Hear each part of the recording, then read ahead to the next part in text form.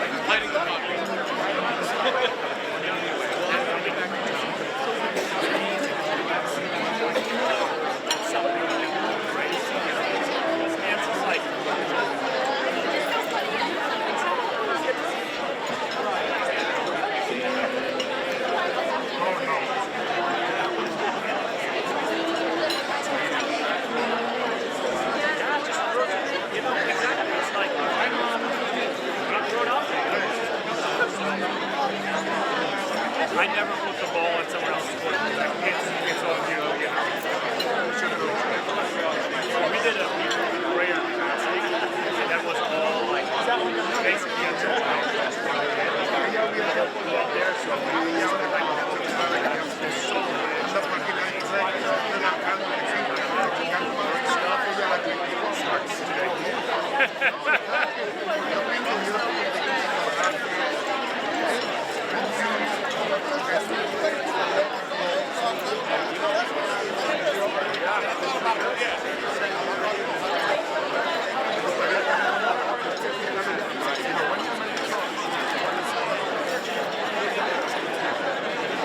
Well, good morning, ladies and gentlemen.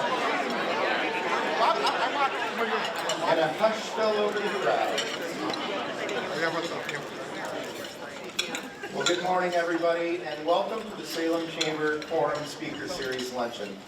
And today we have quite a special meeting, as you are all aware. It is wonderful to see this many people from our small business community and community at large interested to hear the platforms of our two Salem mayoral candidates. We're very honored that both accepted our invitation, understanding the massive importance that our small business community plays in this local economy here in Salem. And so I applaud both Mayor Julie Hoy and Councilor Vanessa Norday for joining us here today to speak directly to our members. Leading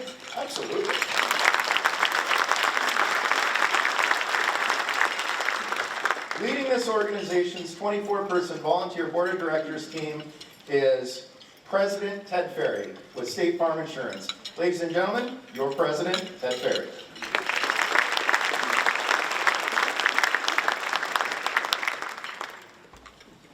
Well, here we go. You feel the tension in the air, can't you? Tension in the air. Well, hey, I just wanted to thank all of you for being here today, and thank you for a packed house. This is amazing. I'm sure I hope we get this on video. How many people are in this room for this moment in time. I want to thank all the new members to the Salem Chamber of Commerce. I also would like to thank and recognize any members that are the first time attending a forum. So hopefully you see value in this and that you are encouraged to come back again. Of course, we always want to recognize our Forum Season Series sponsor.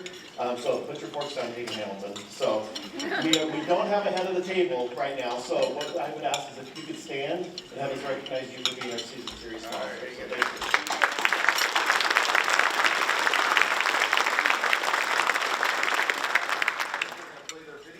Oh, we're going to play a video now. That's not on the script.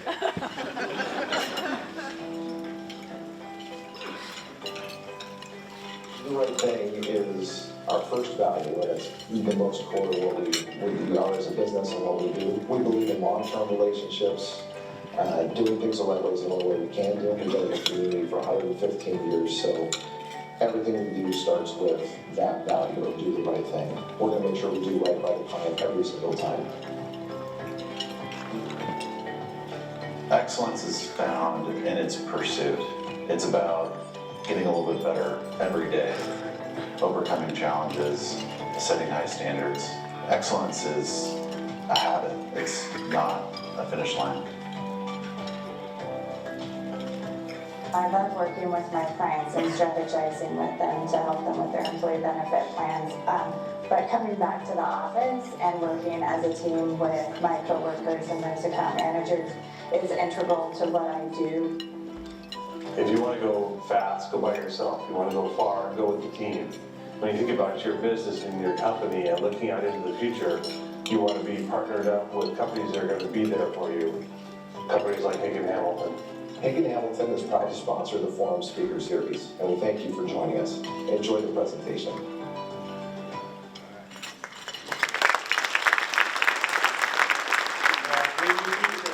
Format the next time, that seems to flow a lot better. So, also we want to thank our monthly sponsor, which is really exciting. We'll hear more from them in a little bit, but it's the Political Center, powered by Salem Business Journal. So we'll look forward to hearing from them in a little while. So, in this moment, can you please stand and help me spend some time in prayer and reflection, but also we'll invite up Brian Malone to sing our national anthem. Let's pray.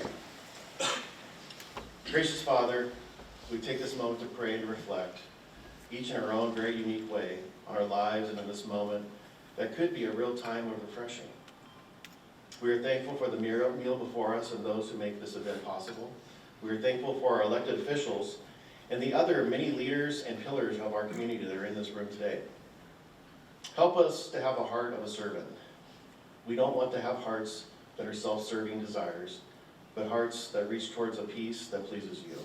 We are grateful for this day and for its blessings, its opportunities, and we are also thankful for its challenges and trials. Give all of us wisdom and strength and guidance to take each day on every single time the actions of love, joy, and kindness. Brian, will you perform our national anthem?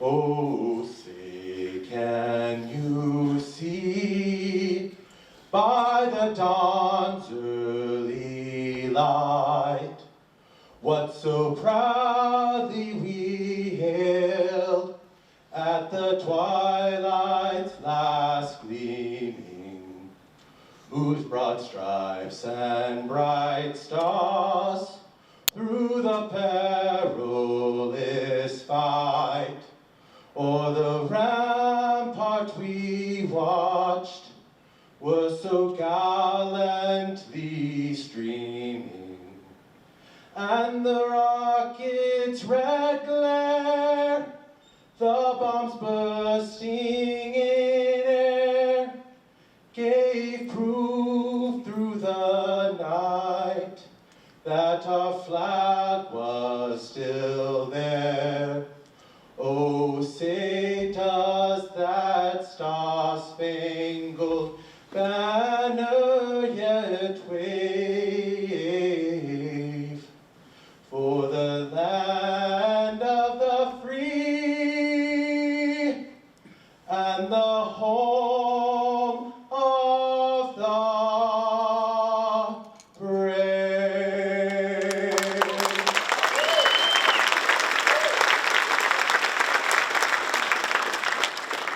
Wow, I've met with him a couple of times, but he never did that for me. So, those of you who don't know, Brian Malone is a financial professional with WealthWave. When Brian isn't helping people with their management goals or financial money goals, he also serves as one of our emerging leader ambassadors.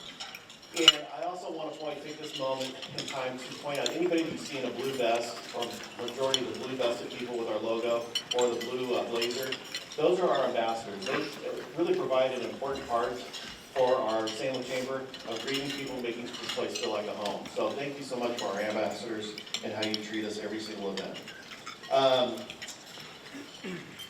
Now I'd like to recognize, I think we have a few past presidents. I saw Wendy here. So if you are a past president of the Salem Chamber of Commerce, could you please stand and be recognized?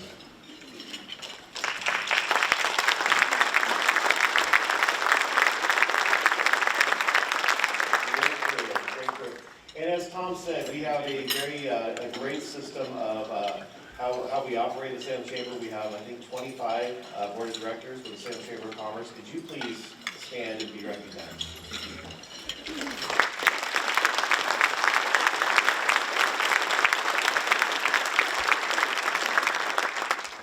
I get the pleasure to serve with all of them, and they're just wonderful people. Well, a couple of things. We have some local elected officials that are in place, and I'm really pleased to announce that two of them are here, Mayor Hoy and Councilor Nordyke. Thank you very much for showing up for this event. We also have Marion County Commissioner Kevin Cameron, Marion County Sheriff Nick Hunter, Marion County District Attorney Paige Clarkson, City Councilor Linda Nishioka, Salem City Councilor Shane Matthews, Salem City Councilor Deanna Gwynn, wow, and then Kaiser City Council straight across, and then Monmouth City Councilor Christopher Lopez. So if we miss you, just pop a text to Tom real quick, and we'll make some notice later. So that's a great crew. Thank you guys all for being here. Now, where do we have this? One of the best parts that I get to be a part of with the Salem Chamber is watching our members grow and watching them develop their business plans. really growing this marketplace that isn't always the easiest one to grow in. One of those, we get to see that they get to take on new challenges and expand their businesses and find new ways to contribute to our community. It is especially meaningful when that growth happens through collaboration between two Salem Chamber members. So today's monthly sponsor, the Salem Chamber's Speaker Forum Series, the Political Center, and it represents a new partnership and venture with small business, or Salem Business Journal. And so I'd ask Jesse Fione to come forward and share with us a little bit about this new adventure.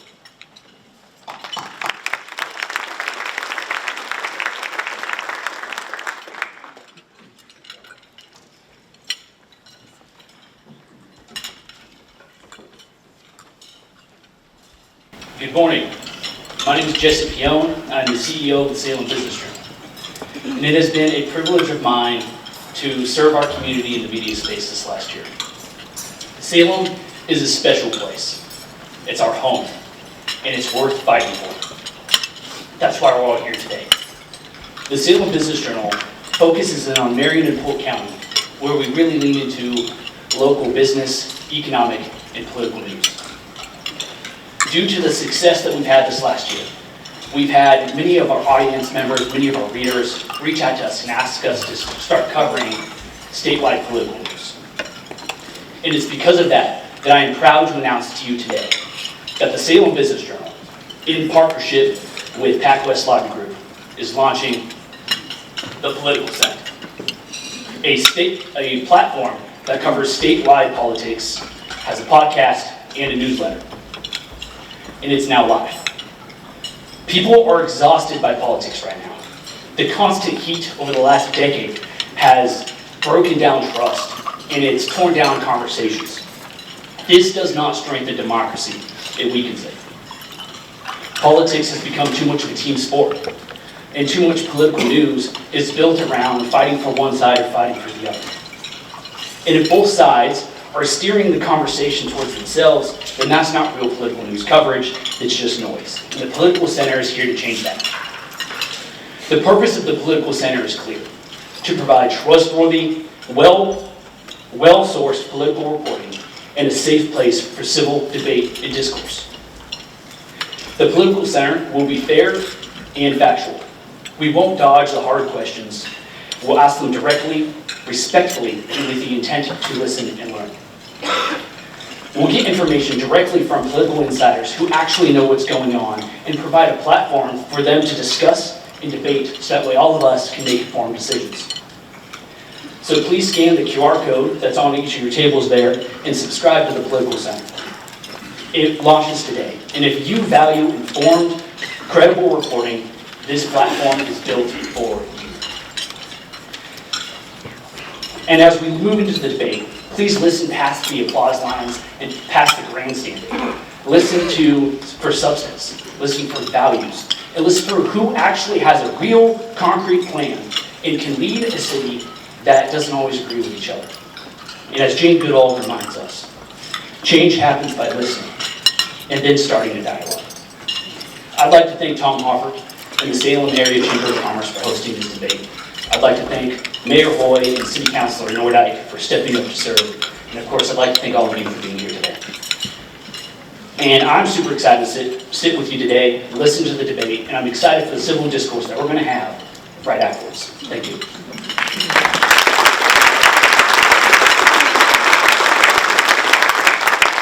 And now, to introduce today's discussion with our two mayoral mayor candidates and share the debate format, we welcome back the Salem Chamber CEO, Tom Hoffert.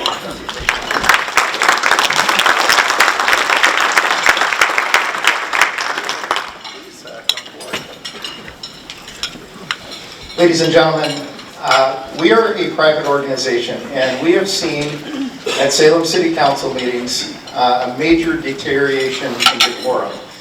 On behalf of our Board of Directors team and our well-trained ambassadors who are throughout the room, today's debate will have the utmost professionalism by audience members, and I'm going to ask for your partnership in that.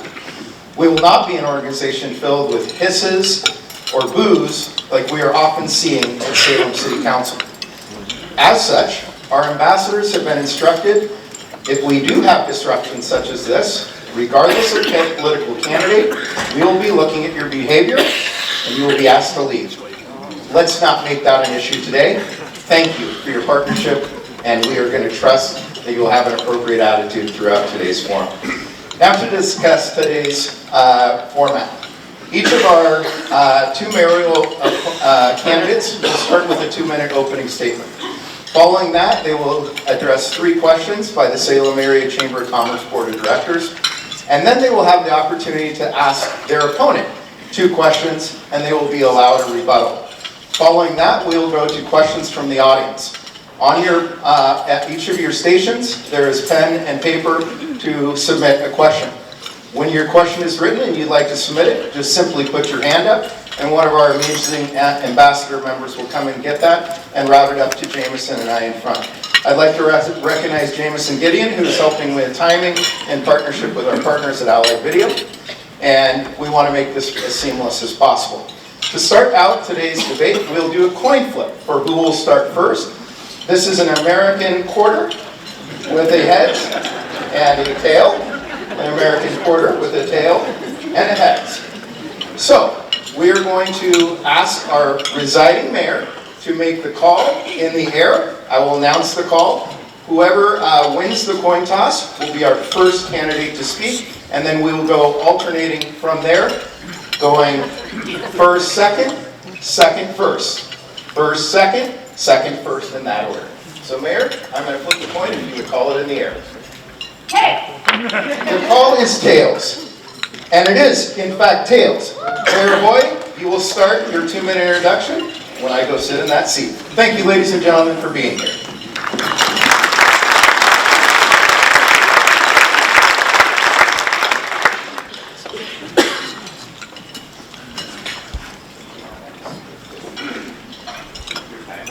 Thank you for this opportunity, and I'll get right to the point. My first year as mayor has been a wild ride, if you haven't noticed.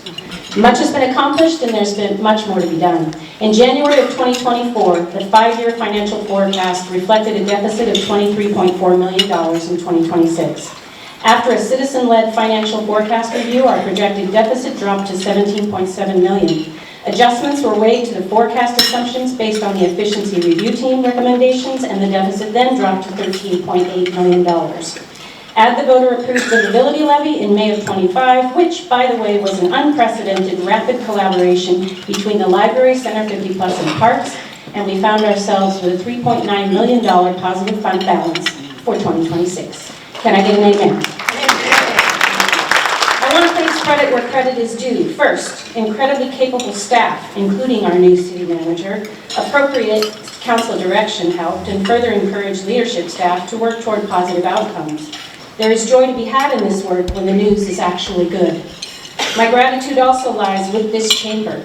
Certain members came alongside me as a counselor and gave me great questions to ask. I will be forever grateful to the folks at Aldrich CPAs and my girlfriend, who eats budgets for breakfast, who first spotted a $1 million error.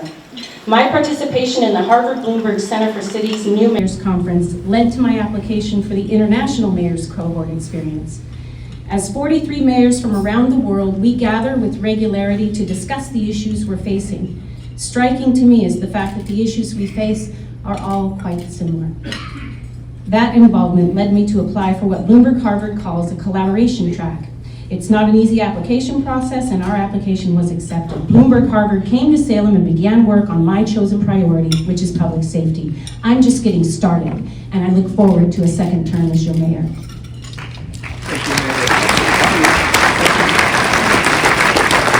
Thank you. Thank you, folks. My name is Vanessa Nordyke. I was born and raised in the city of Salem. Becoming the mayor would be the greatest honor of my life. I started volunteering in the city when I was 13 years old, and I have never stopped giving back.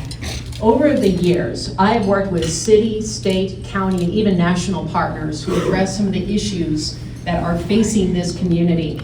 Issues like affordability, housing, domestic violence, public safety, mental illness, addiction, homelessness, and climate change, and I never shy away from a challenge. I bring decades of experience and a true heart for service. Salem is transforming. We are growing rapidly. Our city faces unprecedented challenges in affordability, infrastructure, and safety for all. As a city councilor, I believe in enforcement of our laws on the books, and as you know, I voted to ban camping on our city property. But enforcement is not enough, and enforcement is not cheap. While I've also voted to increase public safety funding, I have also voted to create pathways for people to exit homelessness once and for all. And one of the things that I've long championed is finally coming to fruition this year, a crisis team comprised of medical and mental health professionals to respond to persons who are struggling with addiction and mental illness. This is a crisis team that has the full support of our police chief and our fire chief. We also know that rising property values are pushing longtime residents out of their homes and keeping home ownership out of reach for the next generation. To keep up with these challenges, Salem needs a champion. The office of mayor is the most underutilized resource in city government. Most people don't know who the mayor is or what the mayor does. If we are going to tackle these challenges and build trust, then that has got to change. The mayor should be leading the charge to uplift our most vulnerable residents, support our businesses, create affordable housing, support our parks, library, and senior center, and ensure that our first responders have the tools they need. Thank you. Okay, I'm gonna, yes, thank you. For equitability and transparency, I want to make sure that we do adhere to our timing today. I'm going to ask that of both of you. Thank you so much. The first question is going to go to Councillor Nordyke, and then the same question will be asked of our Mayor, Julie Hoy. Question 1. How do you plan to address the challenge of homelessness, drug use, and mental illness in Salem? And what role should law enforcement, healthcare providers, and social service organizations play in your solution? Each of you have 1 minute, and I would be happy to reread the question after the first responder. Well, in 1 minute, Tom, let me tell you, nobody should be living on our streets. We have to address these intersecting challenges right now. I've already talked about that mental health unit that I've described. We need to enforce our camping ban and clean up the garbage. I voted to help create that sanitation team and to create the homeless services team, which council unanimously has voted to increase its capacity for. We also need to build more shelters and more housing. I've talked with one of our homeless services team officers recently, and he told me, telling people where they can't camp doesn't do much good if there aren't any places for people to go to. We have to create pathways for success. Lastly, I feel that we need to work directly with our unsheltered, our service providers and stakeholders. And it's just one example. I talked with a homeless youth shelter just a few days ago and talked about how we can strengthen our connections between the city of Salem and their shelter to get our homeless youth off the streets into a home and with a job. So there's a lot we can do. Thank you, Councillor. Mayor Hoy, would you like the question repeated? Or? Sure. Okay. How do you plan to address the challenge of homelessness, drug use, and mental illness in Salem? And what role should law enforcement, healthcare providers, and social service organizations play in your solution? Thank you. Christmas Eve, I was in the Manna Bakery store and getting some goodies. And I came out and saw the Pioneer Trust Bank gentleman out front. They caught my eye when he was wearing a Christmas jacket. And went over to say hello and hugged, and then realized why they were outside. And it was to clean feces from the doorways of the bank, as well as the walls and the ground out front. It's unacceptable. I made my way to my car to find an entryway to apartment living where there was an empty liter of Tanqueray and a bunch of cardboard and clothing items and a woman. And I saw the woman and I thought, is she gonna pick up her garbage? And then she used her key to enter the residence and go upstairs. I mistook her for someone who left that behind. We have to stop this behavior. We have to help those who need our mental health assistance and addiction services. Thank you, Mayor Hoy. Thank you. The second question will start to Mayor Hoy. Salem Area Mass Transit District, Chariots, based on legislative taxing authority, has proposed a 0.7% employer-paid payroll tax starting in January of 2027, intended to raise nearly $400 million over 10 years, exclusively on the backs of local Salem and Kaiser businesses within the urban growth boundary. With only 4% of Salem-Kaiser residents utilizing public transit one or more times per year, do you support this tax proposal, yes or no? And please provide an explanation for your position. Thanks for the question. No, absolutely not. We've been through this with the payroll tax. It was inappropriate to impose it. It would be inappropriate to impose the chariots tax when at this time it's not our priority. We have crisis in our city and we need to be addressing that first. Maybe someday we can afford the Taj Mahal of transit systems, but now is not the time. Thank you. Councilor Nordyke, would you like me to repeat the question? That won't be necessary, Tom. My answer is no. And you know, honestly, I thought I'd made myself quite clear on payroll taxes when this concept came to city government. You'll recall that Salem did try to pass a payroll tax and that it went down in flames. But here's a refresher just in case. I voted against the city passing a payroll tax without taking it to a vote of the people. I don't believe in taking taxes like that to a vote of council without the voters even getting to weigh in on it. So my opinion on passing payroll taxes without voter input has not changed. I also voted against the payroll tax itself, and about 80% of Salem residents agreed with me on that. Now, since the failure of that payroll tax, have we grown more or less affordable?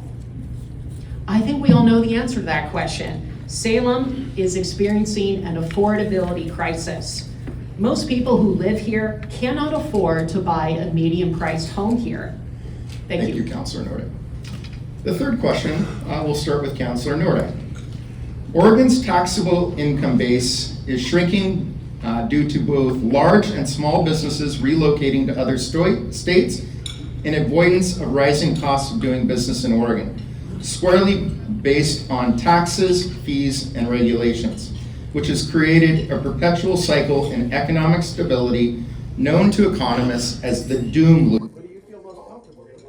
Ranked as the 47th least friendly business state in the nation, as mayor, what will you do to invigorate and incentivize the Salem business community to remain, expand, invest, and even start new businesses, which would result in vital job production and stable tax base?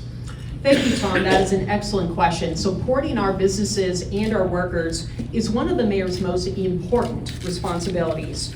We've all seen businesses leave, and we know that opportunities are slipping away, but it doesn't have to be this way. First of all, having an open line of communication with the business community is paramount. Having an open line with the Chamber of Commerce and other businesses in the area is really important if you're going to be mayor of Salem.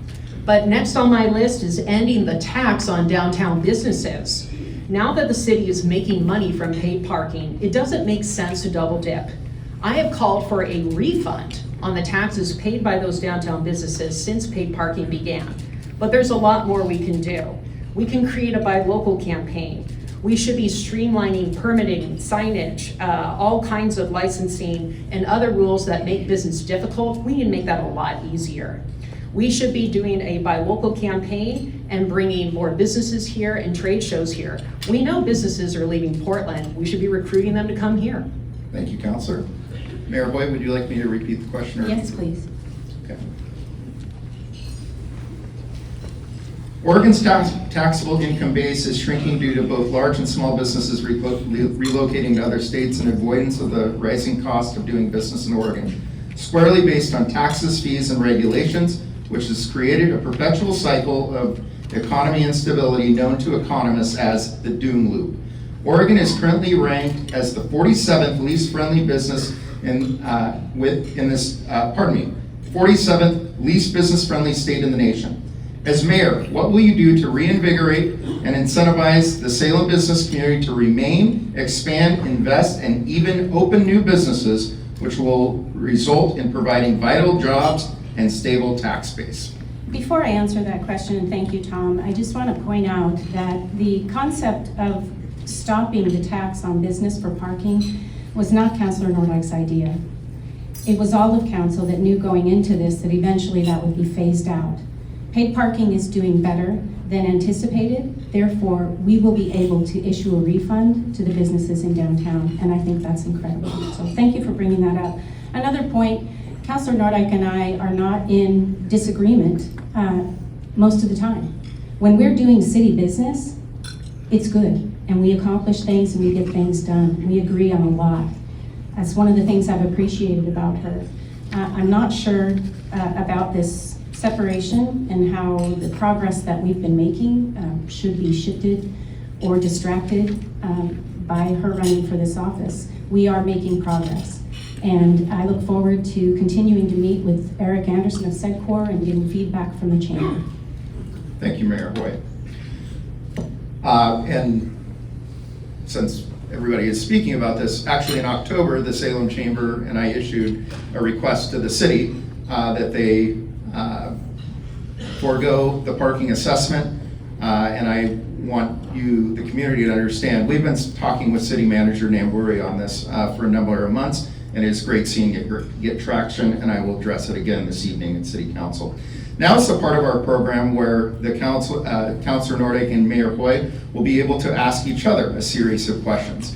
Again, the question will provide 2 minutes for a response with a 1-minute rebuttal, and I believe we're to Mayor Hoy to ask the first question of Councilor Nordyke.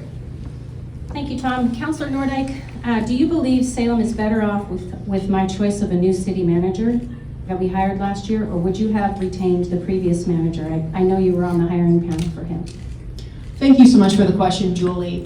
So I have been on city council for about 6 years, and I've seen a lot of city managers come and go, and all of them had their strengths and their weaknesses. I remember that Steve Powers was a strong proponent for our public safety.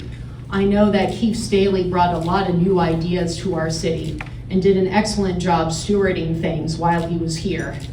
But the silver lining to Keith Staley's departure, as I've stated publicly before, is Krishna Embry. Krishna works really hard, and she did a lot of great work to support the livability levy. So I would say that while the circumstances of his departure were anything but good, it was a really rough situation, as I think we all know.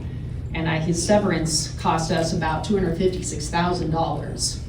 I think it's important to note that Krishna is the hardest working city employee I know. A 1-minute rebuttal, Mayor Hoy.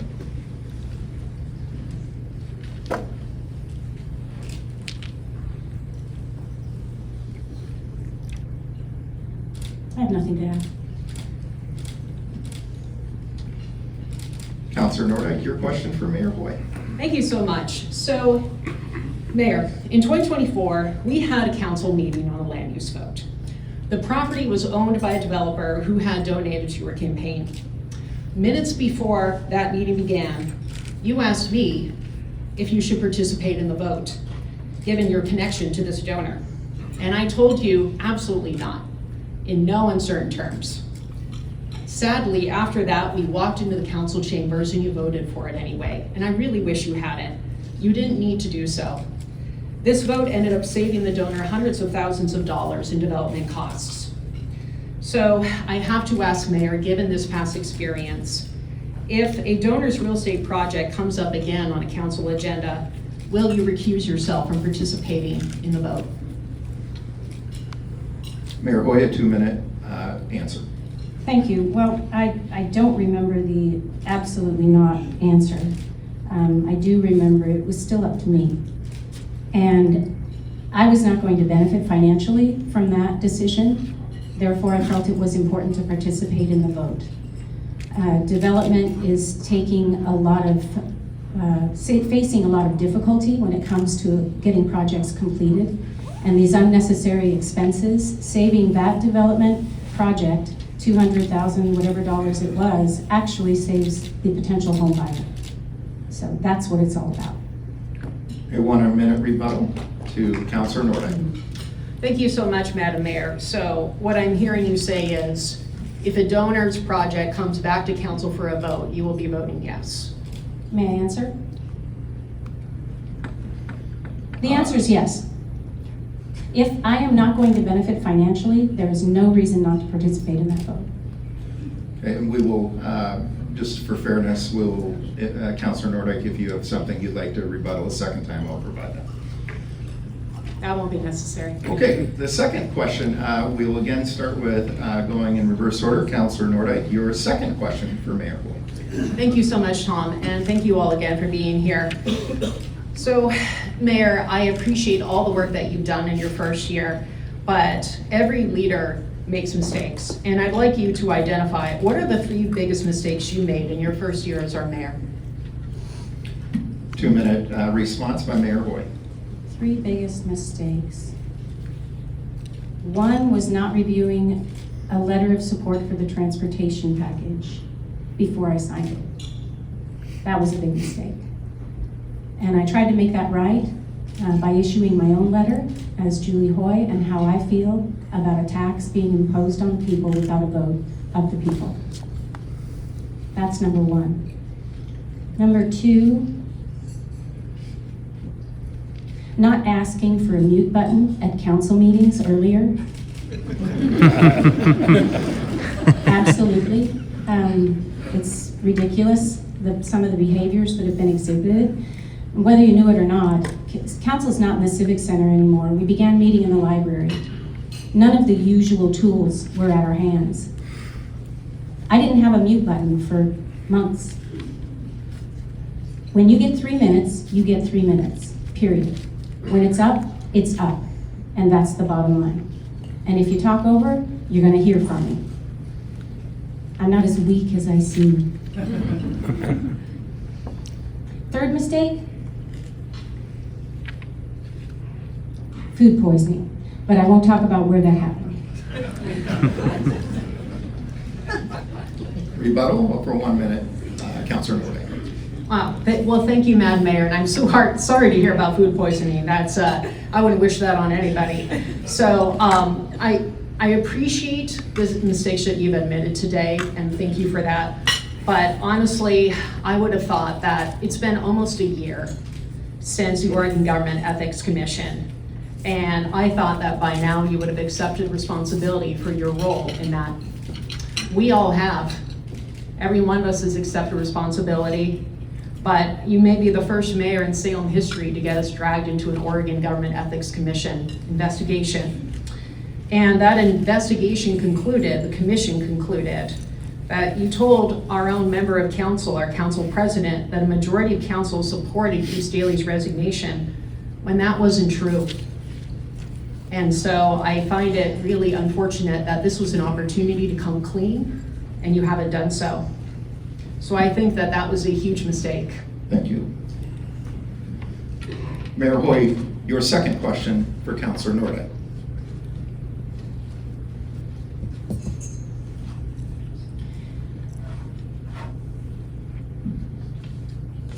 Councilor Nordyke, it was only Councilor Nishioka who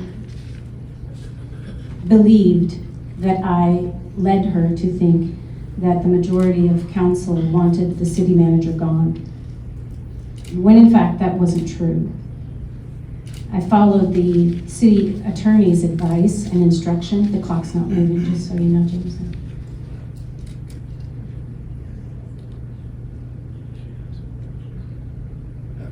Did you have a question, Mayor? You're going to ask, we're not Absolutely. starting a clock until after your question Oh, is thank asked. you. I apologize, I misunderstood. The question is, why did you choose to believe Councilor Nishioka's version of events over the reality of the conversation we had, which was that I couldn't ask you how you felt about this? I simply wanted to make you aware that this discussion might be happening before council based on the assessment of the city manager's duties. Mayor, I didn't choose to believe Councilor Nishioka's statement. I choose to believe the investigators' conclusions, which were adopted by the Oregon Government Ethics Commission. An independent body reached these conclusions, Madam Mayor, and I agree with that. And that was based on a very in-depth investigation that went on for months. Every single councilor gave a statement. Every single councilor gave a statement that said they did not want Keith Staley to resign. So I rely on the independent findings of the commission. A rebuttal, Mayor Boyd. Rebuttal. I followed the city attorney's instructions, and I spoke to each counselor without asking how they would feel about that issue. And you said I may be the first mayor to ever experience this level of whatever you called it. And the truth is, this body, the Oregon Government Ethics Commission, was only formed in November of 2023. We just got to go first. Okay, we will now move into our audience-provided questions, and there have been a ton.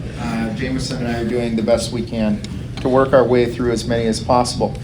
As a reminder, if the question is directed to one candidate, they will have 2 minutes to respond. If it is directed to both candidates, you will have a 1 minute response window. And I will clarify before asking the question who the question is for. The first question is for both candidates. So you will have 1 minute to reply, and we will start with Mayor Hoy's response first. What is your mayoral duties to the federal government in regard to ICE assignments in our community and when it comes to law enforcement orders? Thank you for the question. We cannot interfere with federal enforcement, period. Our police department is prohibited legally from doing so. Councilor Nordyke, you have a minute to answer the same question. Thank you so much. Well, I think it's important to point out that while it is true that certainly I don't agree with our law enforcement breaking any laws, I don't agree with any other agency breaking laws either. I also think it's important to point out that our police chief has been very clear on what his duties are under Oregon law, and that requires not working with ICE either. So I feel that in a city of our size, where a quarter of our population is Latino, that the sense of unsafeness that people don't feel safe in our city. They're worried that their parents are going to get snatched up by ICE. And we had a lot of testimony to that effect. So I feel as mayor, it's important that every member of our community feels safe and knows that nobody is above the law. Thank you. Thank you both. Our next question. Salem has adopted a series of well-intentioned policies regarding land use, homelessness, and taxation. Can you name one policy on the books that you believe has had good intentions but produced unintended consequences for Salem's business community? And what will you do differently if elected? We will start with Councilor Nordyke. Can you repeat that one more time, please? Salem has adopted a series of well-intended policies regarding land use, homelessness, and taxation. Can you name one policy on the books that you believe had good intentions but provided unintended consequences for Salem businesses? And what would you do differently if elected? Well, there's a lot to choose from, but with 1 minute, one of the things that I will focus on is something we've been hearing a lot from our business communities. It has to do with the nuts and bolts of running a business, signage. I have attended chamber meetings where folks have expressed concerns about how complicated our signing regulations are. All of our businesses here want to have signs that show they're open for business and welcome people into our area. And this may seem like a mundane thing, but I know that this has been a frustration of the chambers. But you could also talk about any number of regulations that slow down development. We know from talking to our home builders in the area that every additional rule, every additional piece of red tape slows down development, and time is money. All of the additional rules and regulations, however well-intended, impact the cost of building housing at a time when housing costs, the cost of labor, the cost of supplies is already sky high. So we need to streamline red tape and do everything we can to make it easy to open a business and build. Thank you. Mayor Hoy, the same question. Thank you. And Councilor Nordyke, great points. I appreciate that. I'm going to get real about it and say that no business should open in Salem without a sign. How many times have we seen some crappy banner, God bless whoever made it, but instead of a real light up, sign on a business that brings legitimacy and a draw? Why did the Black Bear Diner open without its bears? Why? Because the city decided not to call it landscape art, instead a sign. That to me is ridiculous. period. Next question, and we'll start with Mayor Hoy. What policy will you champion to increase housing development in Salem? Secondly, is low-income affordable housing your only priority? No, low-income affordable housing is not my only priority. We need all kinds of housing so that middle housing folks can move up if they feel like it and can afford it. And so those in beginning housing can move into middle. And those in apartments, you know this drill. I'm preaching to the choir. We need all types of housing. And I'm blanking on the first part of the question, except that we need to get the heck out of the way.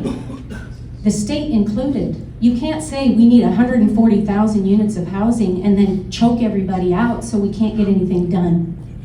So we need legislative change, and we need our legislators to work harder for us in order to get these things done. Councilor Nordyke, would you like me to repeat the question? Yes, that'd be great, thank you. What policy will you champion to increase housing development in Salem? Secondly, is low-income affordable housing your only priority? No, it's definitely not my only priority. And you can look at my voting record to verify that. So since joining council, I have voted to approve a lot of different developments all over the city of Salem. I know that we are growing rapidly. And like the mayor, I agree that we need to take a hard look at our regulations and streamline wherever we can to allow development to occur. Now, there are, of course, a lot of state laws that are well above our pay grade, but honestly, there's some things that we have done at the city level that we should be proud of. We, as a council, have recently adopted a housing production strategy. We have been meeting with developers, renters, everyone in between. We are meeting with all kinds of folks to help them and get the input we need. We have rezoned 1,800 acres within Salem city limits, and you can already see where that rezoning is paying off. One project is the Gussie Bell Commons project on Center Street. We are literally paving the way for new housing. Thank you, Councilor Nordyke. We will start again with Councilor Nordyke, and this is again for both candidates. How will you hold ODOT accountable for encampments on city properties, on their properties within our city? Well, I think that requires a conversation with the state of Oregon. You see, we have a camping ban in place on city property.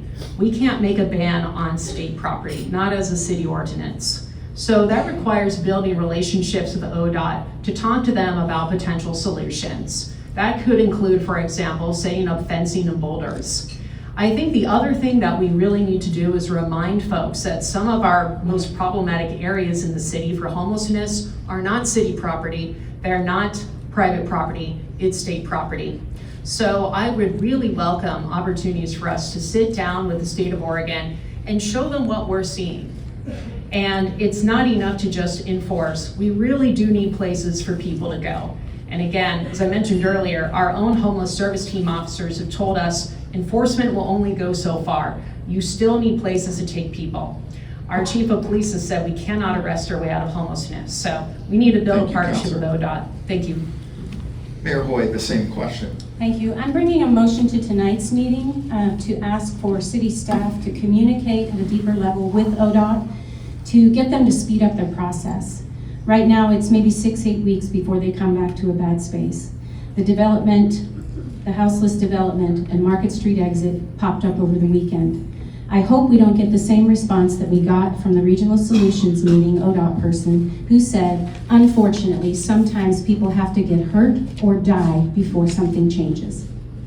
We need better than that. We deserve better than that, and they need to do what they can more quickly to help our city to look like we're a place you want to be and an exit you want to take. Wallace Marine Park was once identified as one of the most prosperous, event-filled parks within our park system.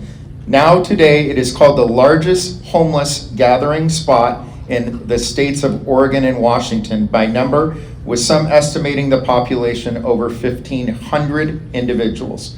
What is your plan for Wallace Marine Park, and what is the timing on your plan? We will start with Mayor Hoy.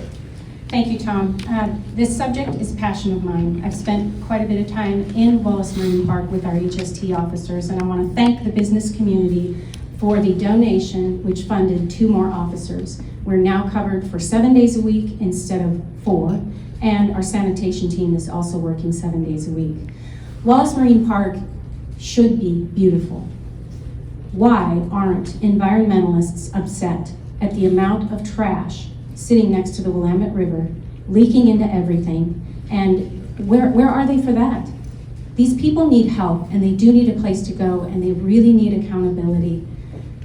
We deserve a space like Minto Brown to be Wallace Marine, where we can enjoy what the beautiful valley and originally the Native Americans of this space appreciated.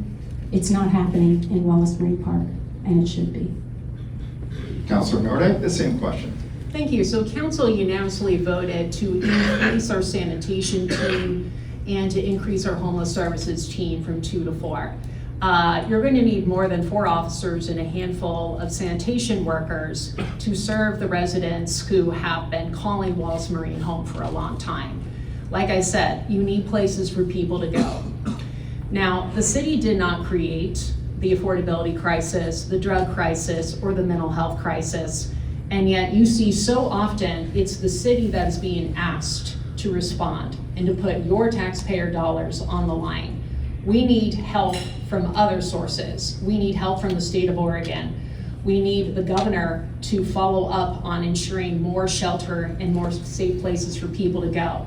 Because merely telling them that they can't be here in Wallace Marine Park, what are they gonna do? Are they gonna walk into the neighborhoods of West Salem? Do we want that? Do we want them to walk onto the doorsteps of businesses in West Salem? We do not. We will start this next question with Councilor Nordyke. There is a perception that city government is retaliatory to small businesses that question or push back on government policy. This is often done through requests for inspections by the sign code enforcer. How may we change this culture that currently exists within city government?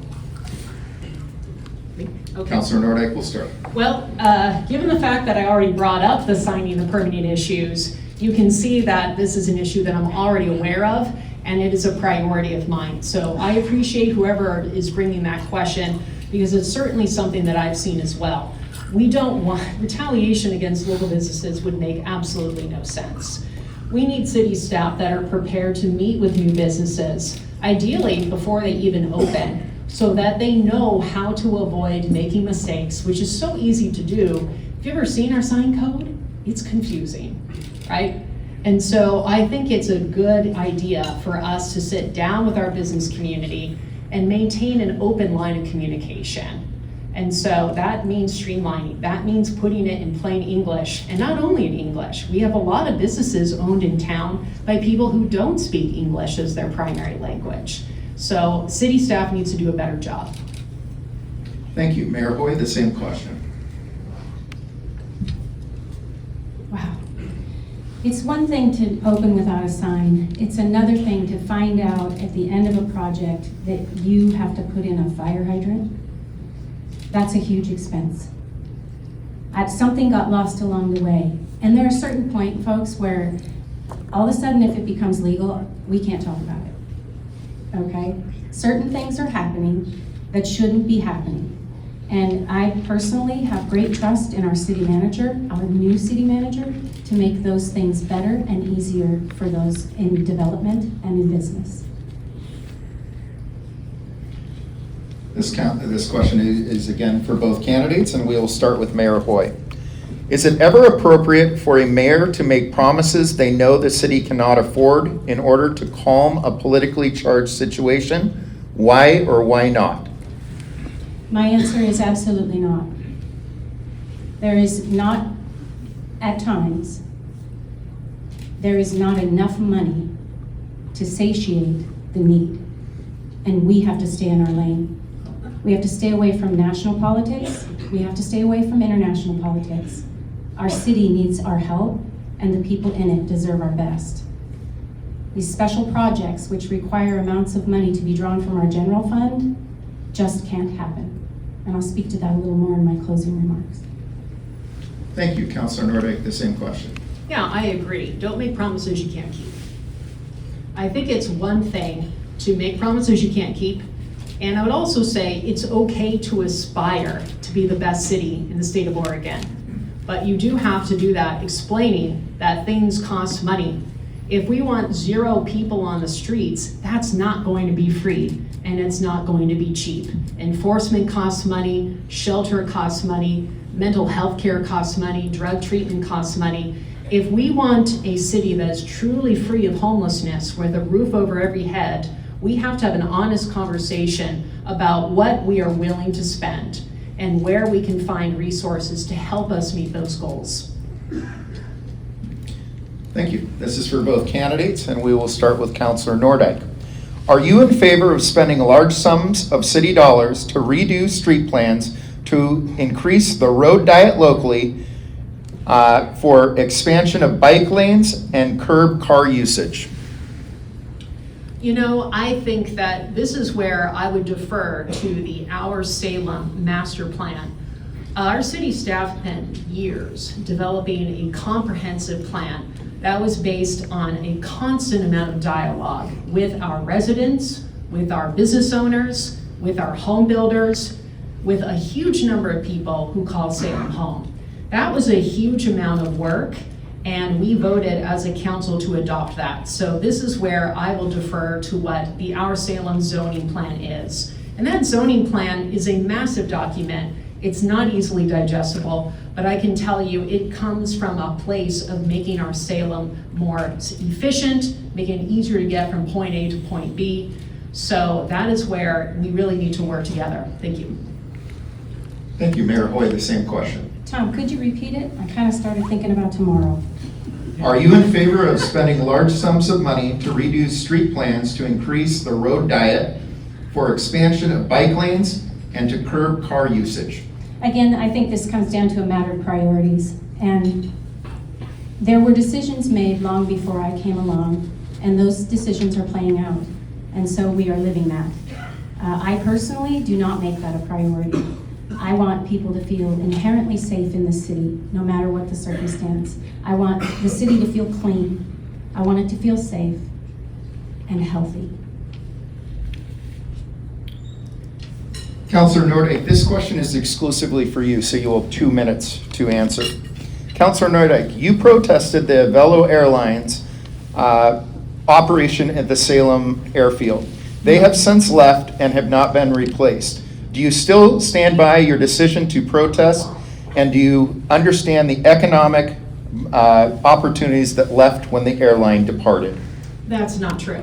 You're thinking of Councilor Varney, another V. I did not protest at Velo Airlines. And in fact, Tom, I remember you and I served on the Airport Advisory Committee. We were working together to bring a Velo to the city of Salem. You won't catch me at that protest. I worked hard because I knew that bringing an airline to Salem would generate tens of millions of dollars for our economy, for everything from our baristas at the downtown coffee houses to the restaurants, our hotels. So I don't know who's giving you that information, but that is not accurate. And then I apologize for that, and I'm glad we had an opportunity for you to clarify that. I need to do a better job on questions apparently, but I do apologize, and I did take a flight with you, in fact, on a Velo. This is for both candidates. What does the next 4 years endgame look like for Salem? Is your future vision for economic vitality or simply continuing where we have been the last 4 years? Is that to me? We will start with Mayor Hoy. Wow.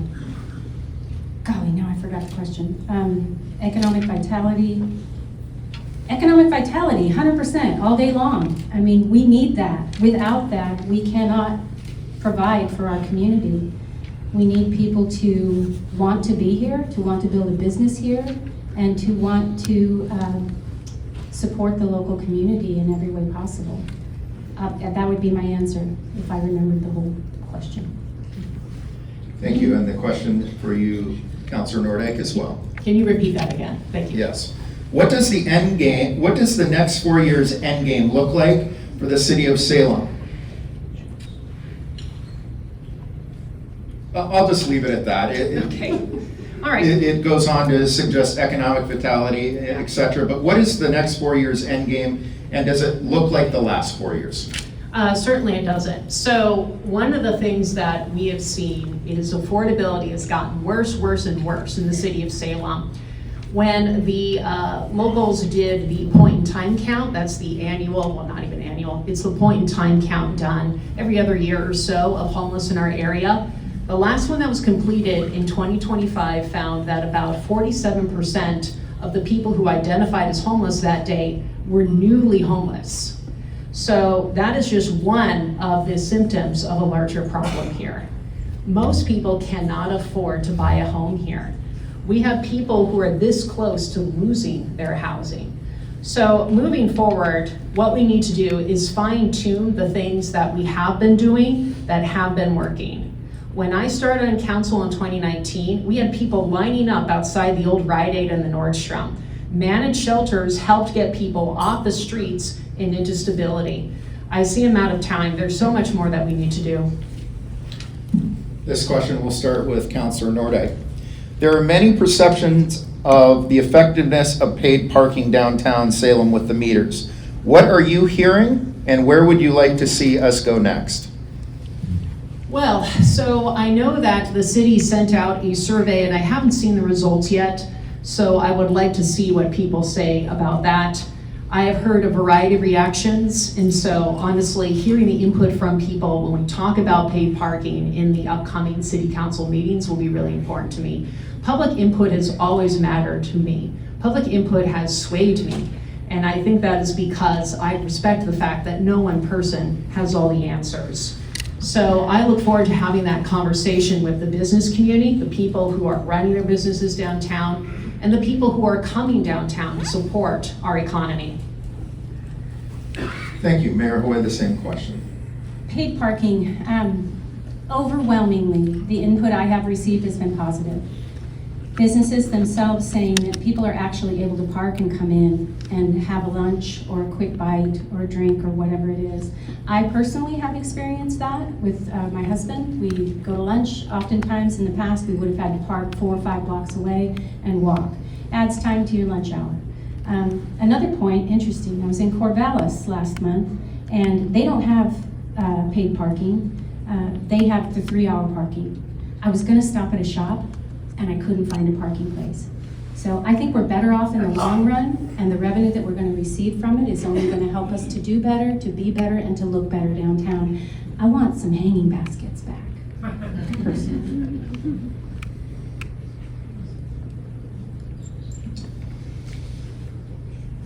This is for Councilor Nordyke, so you will be afforded 2 minutes.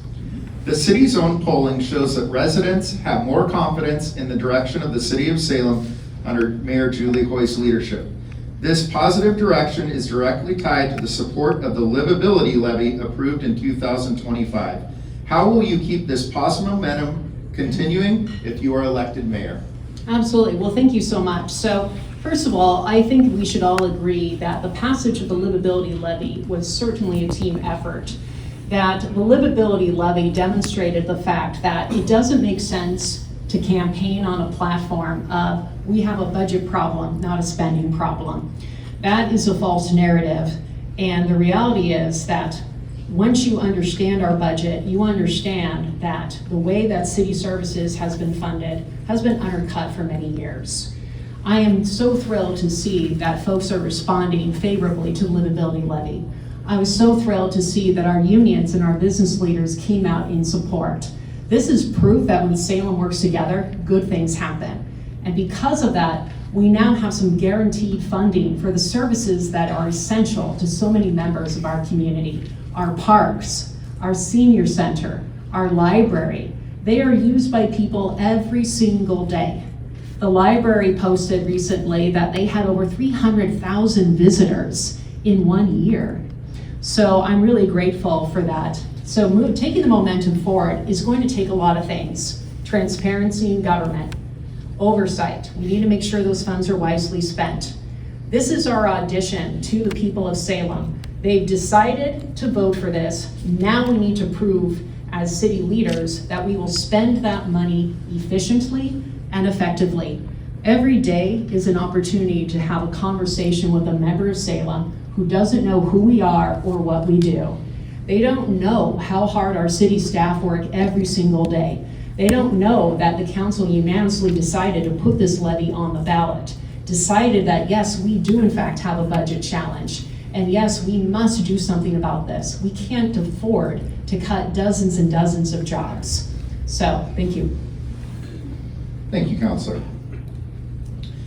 And at the risk of trusting that this question and answer is very accurate, because we found that once to not be rock solid today, I'm going to trust.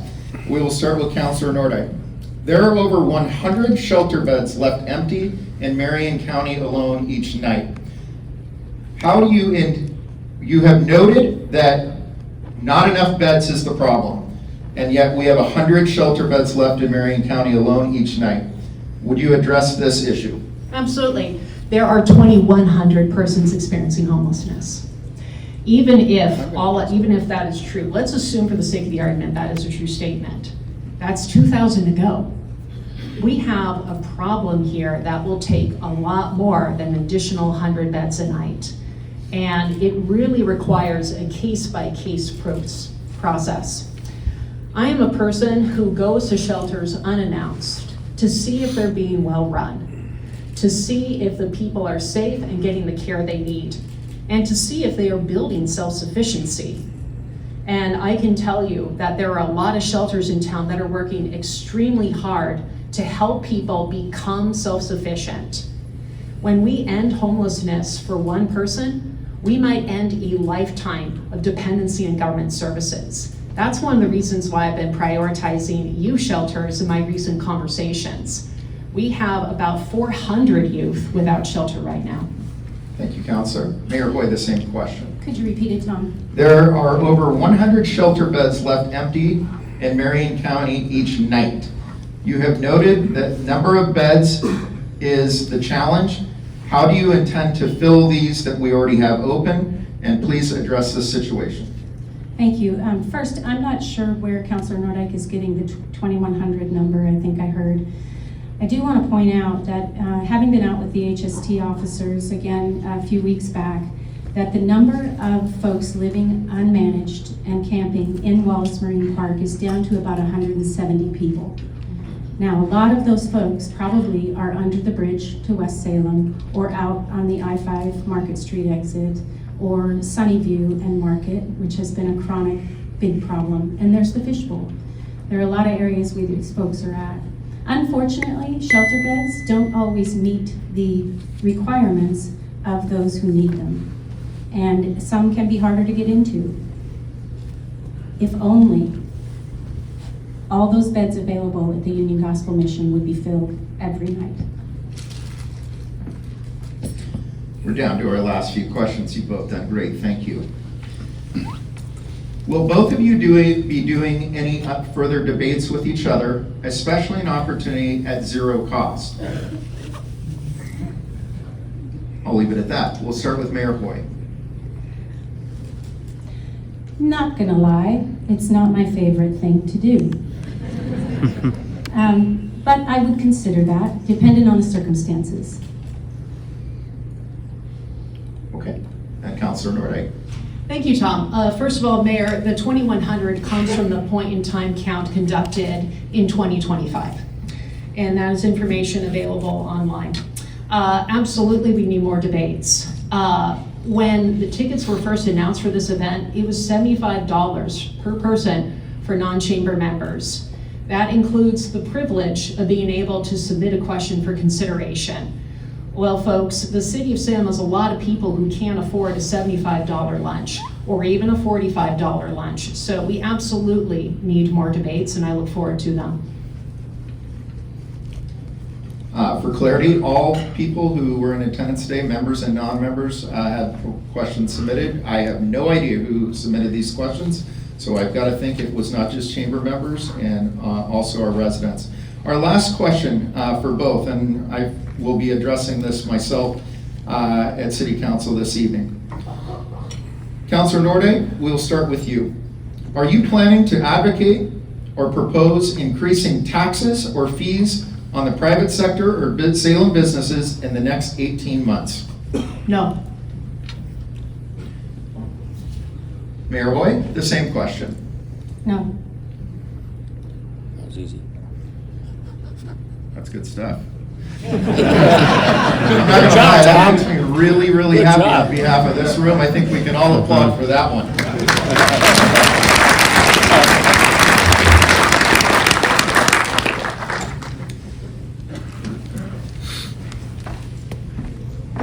Thank you. Mayor Hoy, thank you. Ladies and gentlemen, your two mayoral candidates.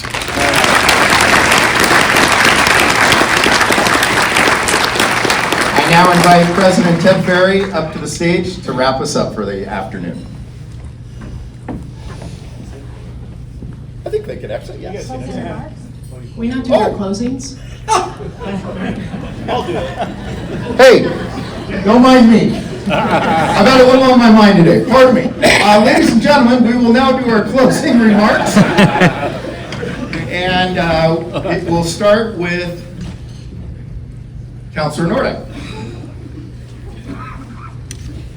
2 minutes.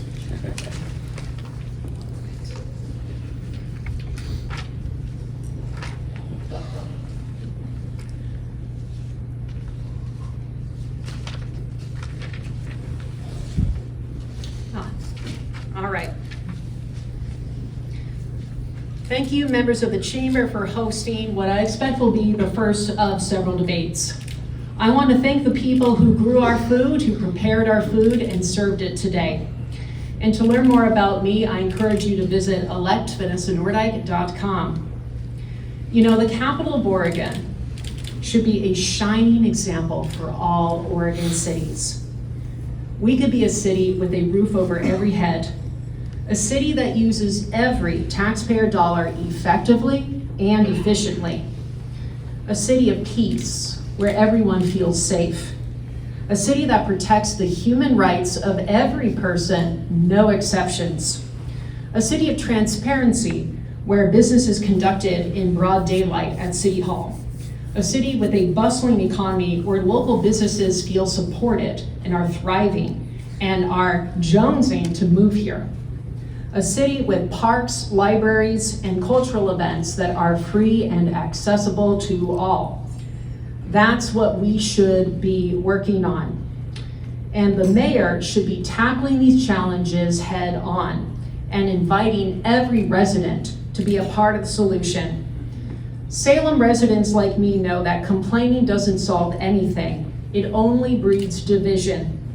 But thankfully, for every complainer you see online, there are many more helpers. Salem residents are rising each and every day to feed, teach, mentor, heal, and protect our neighbors.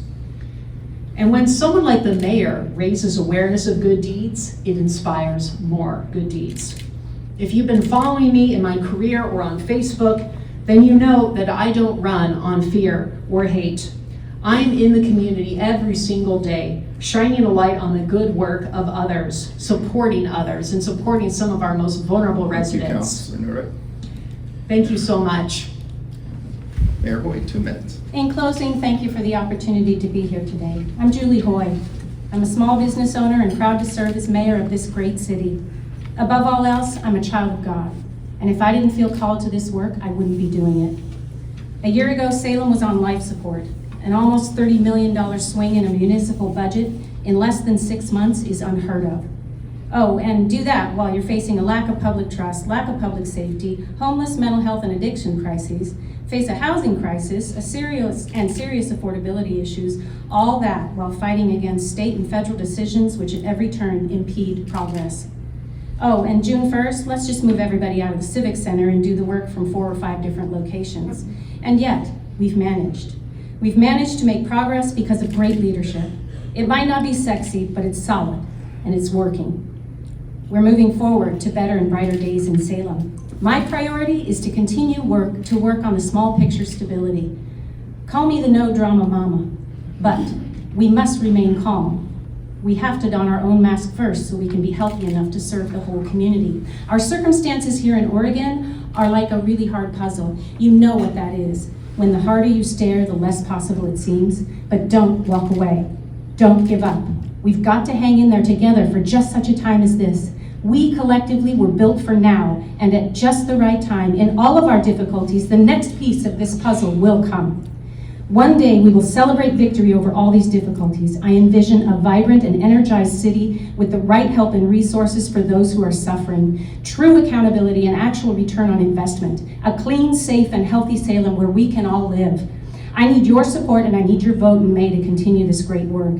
How we vote makes all the difference. The work should not be about politics. It should be about governance, genuine concern, and hope for the people of Salem.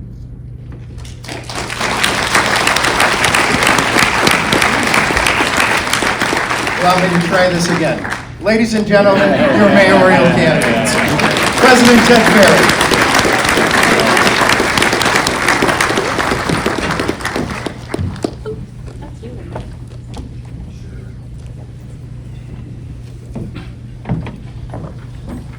I was so excited to get off the stage, but hey, I'm here back again. So hey, thank you all for coming today. I think the comment that I would say is, we are the Salem Area Chamber of Commerce. With that comes a great deal of responsibility, and we are a group of mostly small businesses. We are not a big business organization.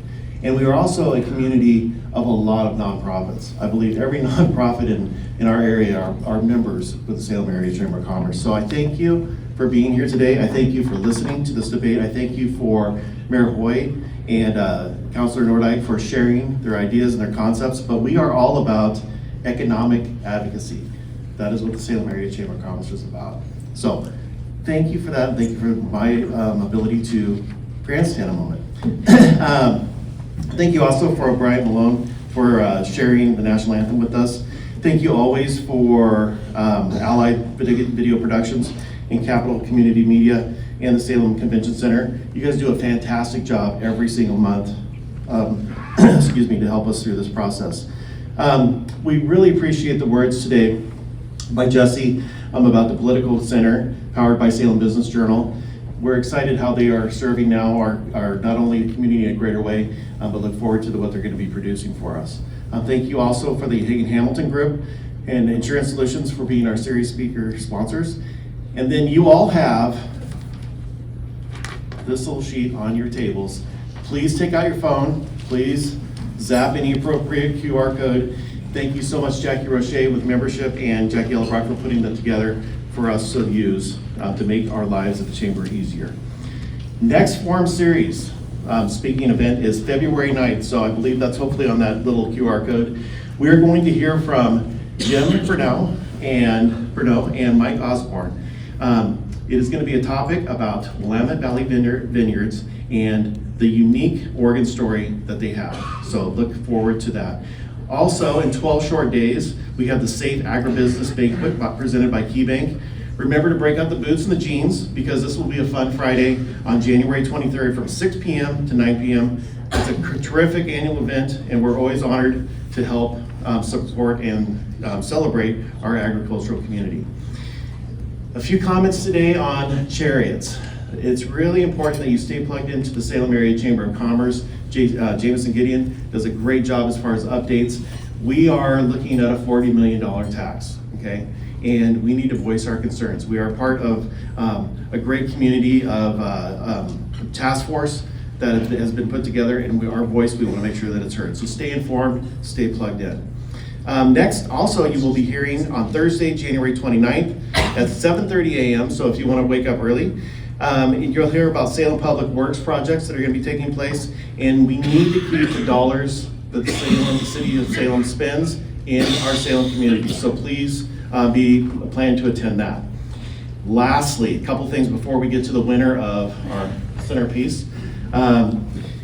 Tonight, at the Salem City Council, you will hear our CEO, Tom Hoffert, will be presenting directly to the Salem City Council members economic conditions facing Salem small businesses. It's important that we show up. The meeting starts at 6 p.m. and will be held at the Salem Public Library. your presence at tonight's meeting will be really appreciated. So please plan on showing up. See you at 6 p.m. tonight. And then the winner of Ross Fresh Markets is Victoria Shen with People's Bank. So congratulations.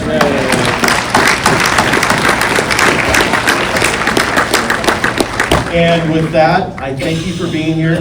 We have a packed house. Let's come back again next month as well. Have a great afternoon.